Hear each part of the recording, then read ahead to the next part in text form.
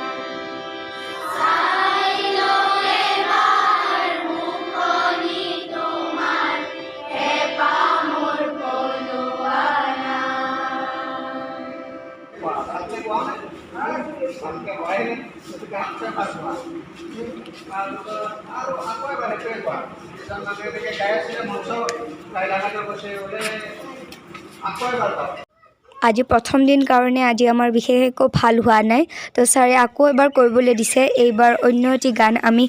কৰিম, আপোনালোকে চাওক।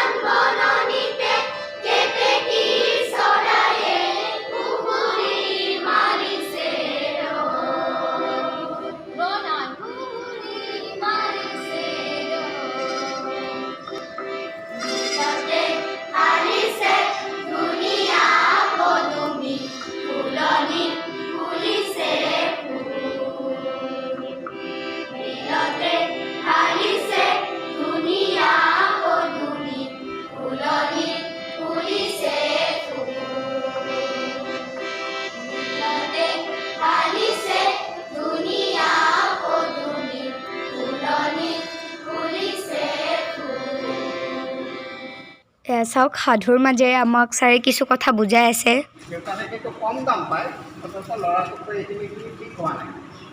ল'ৰাটো এইখিনি ঠিক কৰি দিলে। পিছদিনা দেউতাকৰ দামটো 2 টকাই পালে, তেওঁৰ দামটো, ল'ৰাটোৰ দামটো 4 টকা পালে। তাৰে পিছদিনা আকৌ দেউতাকক পুতলা বনাই দিলে, কৈছে দেউতা কি বিজনেছ, এইখিনি অলপ এইখিনি ঠিক হোৱা নাই, ঠিক কৰি দিলে।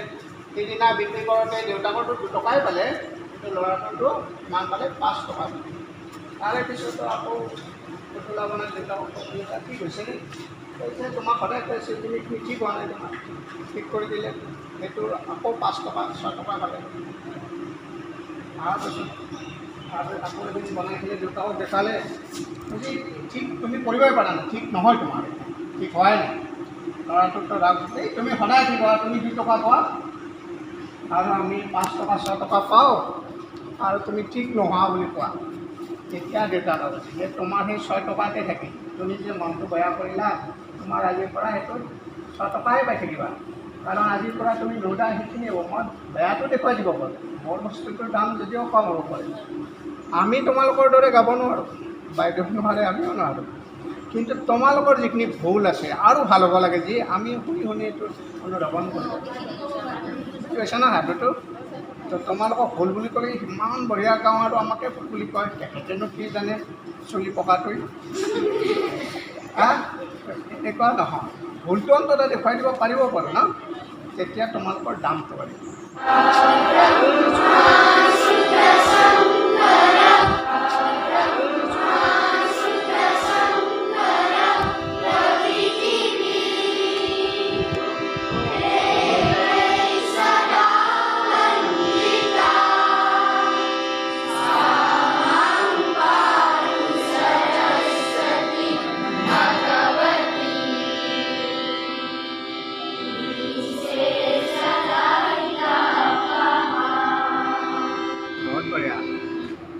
আৰু বঢ়িয়া বঢ়িয়া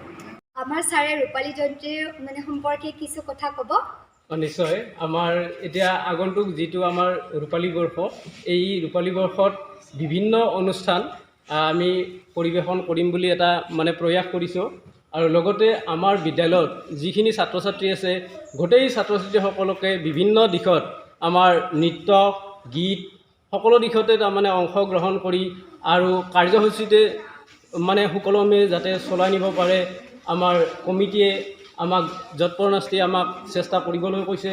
আৰু গোটেই শিক্ষকবৃন্দক আৰু শিক্ষক শিক্ষয়িত্ৰীসকল ছাত্ৰ ছাত্ৰী গোটেই একেলগ হৈ